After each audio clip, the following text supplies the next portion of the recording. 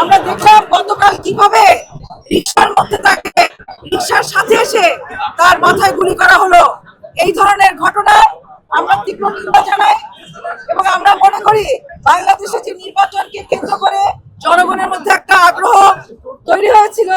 প্রার্থীরা আমরা বিভিন্ন জায়গায় প্রচার প্রচারণা সহ কাজ করছিলাম, তার মধ্যে একটা ছেদ ঘটেছে এবং এই সময় একটা ভীতি সৃষ্টি করা সারা দেশে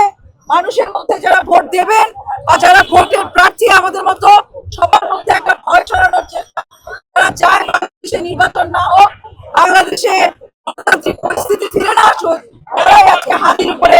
এই আক্রমণ করেছে বলে আমরা মনে করি। আমরা চাই হাদি আবার আমাদের মধ্যে ফিরে আসুক। যদিও চিকিৎসকরা বলছে তার অবস্থা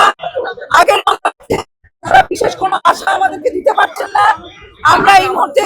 সরকারের কাছে প্রশ্ন করতে চাই, এইভাবে যদি হাদির মতো তরুণরা এবং বাংলাদেশের নির্বাচনে তফসিল ঘোষণার পরের তিনি এই ধরনের ঘটনা ঘটে, তাহলে বাংলাদেশের সামনে নির্বাচন কিভাবে হবে এবং আমাদের মতো হাদির মতো তরুণরা কিভাবে এই দেশে নতুন দেশের স্বপ্ন দেখবে, সেই প্রশ্নের উত্তর সরকারকে দিতে হবে। এবং কিভাবে আইন শৃঙ্খলা বাহিনী এখানে একটা অনিরাপদ পরিস্থিতি তৈরি হয়, সেই প্রশ্নের উত্তর স্বরাষ্ট্রমন্ত্রীকে দিতে হবে বলে আমরা মনে করি। আমরা আশা করি হাদি সুস্থ হবে এবং আমরা বাংলাদেশের সকল জনগণকে আহ্বান করি হাদির জন্য আপনারা দোয়া করবেন এবং আমরা সকলে দোয়া করি সে যেন সুস্থ হয়ে ফিরে আসে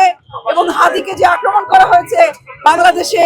সকল তরুণরা এবং যারা নতুন বাংলাদেশ চায় গণঅভ্যুত্থানের পক্ষে যারা আছে তারা এই ঘটনার জবাব দেবে।